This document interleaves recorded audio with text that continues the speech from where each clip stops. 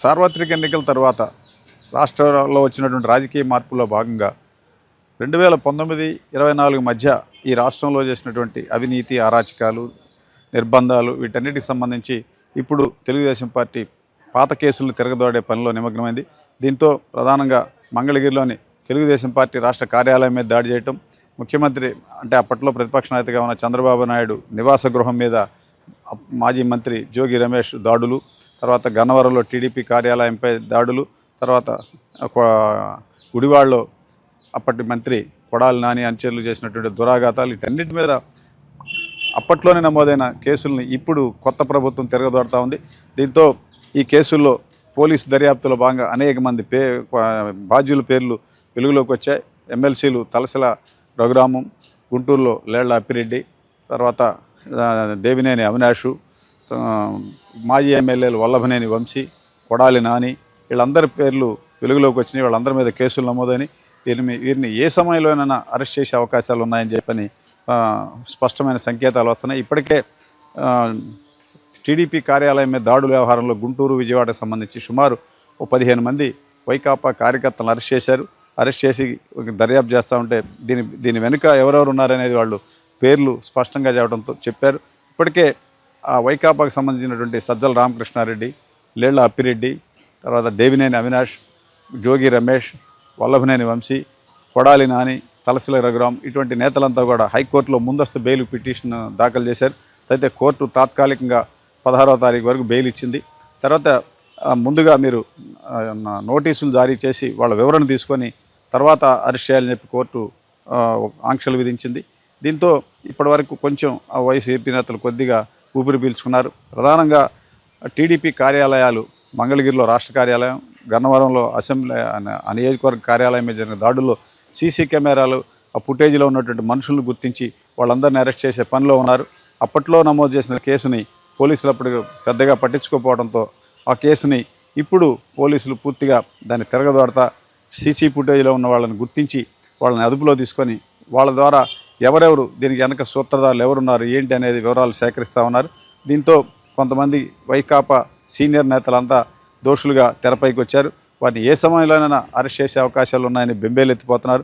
ప్రధానంగా తెలుగుదేశం రాష్ట్ర కార్యాలయం మీద దాడుల్లో దేవినేని అవినాష్, అప్పిరెడ్డి, తర్వాత సజ్జల రామకృష్ణారెడ్డి వీళ్ళు కీలకంగా ఉండగా గన్నవరం ఆఫీస్ కార్యాలయం మీద వల్లభనేని వంశీ, చంద్రబాబు నాయుడు నివాస గృహం మీద జరిగిన దాడుల్లో జోగి రమేష్, గుడివాడలో జరిగినటువంటి వ్యవహారాల్లో అప్పటి మాజీ మంత్రిగా ఉన్నటువంటి కొడాలి నాని పేర్లు తెర మీదకి వచ్చినాయి. ఇప్పటికే వీళ్ళందరి మీద కేసులు నమోదై పోలీసులు ముమ్మరంగా దర్యాప్తు చేస్తూ ఉన్నారు. దీంతో వీళ్ళందరిలో కూడా అలజడి ఏర్పడింది. ప్రధానంగా ఏ సమయంలోనే వీళ్ళని అరెస్ట్ చేసే అవకాశాలు ఉన్నాయి అంటే 2019-24 మధ్య అప్పట్లో తెలుగుదేశం నాయకులు రాత్రి కేసులు పెట్టి ఏ విధంగా అరెస్ట్ చేశారో అదే తరహాలో ఇప్పుడు వ్యవహారం నడుస్తుంది. ప్రధానంగా తెలుగుదేశం నాయకులు చట్టం తన పని తాను చేసుకుపోతుంది, ఎవరి మీద కక్ష సాధింపు చర్యలు లేవు, కేసు దర్యాప్తు చేసి నిబంధనల మేరకే వ్యవహరిస్తాం తప్ప దీంట్లో ఎటువంటి కక్ష సాధింపు చర్యలు లేవని తెలుగుదేశం నాయకులు చెప్తూ ఉన్నారు. అయినా ఒక రకంగా ఇది ఆ రోజు అంటే 2019-24 మధ్య అప్పటి వైసీపీ నేతలు వ్యవహరించిన తీరు వాటన్నిటికీ కౌంటర్ పార్ట్గానే దీన్ని భావిస్తూ ఉన్నారు ప్రజలు. మొత్తం మీద ఆ రోజు తెలుగుదేశం పార్టీ కార్యాలయం మీద మూకుమ్మడిగా ఒక 20 వాహనాల్లో వచ్చి వందలాది మంది కార్యకర్తలు కార్యాలయాన్ని ధ్వంసం చేసి అక్కడ పనిచేస్తున్న సిబ్బంది మీదుగా పెద్ద ఎత్తున దాడులు చేసి గాయపరిచారు. వాటన్నిటిని ఇప్పుడు ఈ కొత్తగా బాధ్యతలు స్వీకరించిన తెలుగుదేశం ప్రభుత్వం ప్రధానంగా హోంమంత్రి అనిత ఈ వ్యవహారాలన్నింటి మీద దృష్టి పెట్టడంతో వైకాపా నేతలు ఆ పార్టీ కార్యాలయం మీద దాడులు చేసిన కార్యకర్తలంతా కూడా పరారయ్యారు. ప్రధానంగా ఆ రాష్ట్ర కార్యాలయం మీద దాడి చేసినట్లు యువత సంబంధించిన పానుగంటి చైతన్య ఎన్నికల కౌంటింగ్ పూర్తయిన వెంటనే పరారైపోయారు. ఫోన్ స్విచ్ ఆఫ్ చేస్తుంది. ఆయన బాంబేలో ఉన్నారని, ఢిల్లీలో ఉన్నారని చెప్పి అంటున్నారు. ఢిల్లీ, బాంబేకి ప్రత్యేక బృందాలు వెళ్ళినాయి అని చెప్పి చెప్తా ఉన్నారు. ఈ విధంగా అప్పట్లో నిబంధనలకు విరుద్ధంగా కన్ను మిన్ను కానరాకుండా జగన్ ప్రభుత్వ హయాంలో వ్యవహరించిన నేతలంతా ఇప్పుడు ఎంతో మదనపడతా ఏ సమయంలో పోలీసులు అరెస్ట్ చేస్తారు, ఏం చేయాలని బెంబేలెత్తిపోతూ ఉన్నారు. ఎప్పటికైనా జనరల్గా సహజంగా అందరూ చెప్పేది మనం అధికారం ఉందని ఎట్లా పడితే అట్లా వ్యవహరిస్తే భవిష్యత్తులో ఇబ్బందులు తప్పు అనేదానికి ఇది చక్కటి నిదర్శనంగా ఉంది. సుమారుగా రాష్ట్ర కార్యాలయం, తర్వాత గన్నవరంలో కార్యాలయం, చంద్రబాబు ఇంటి మీద దాడి, తర్వాత గుడివాడలో జరిగిన అల్లర్లలో సుమారుగా ఒక 200 నుంచి 250 మంది వైకాపా కార్యకర్తలను గుర్తించారు.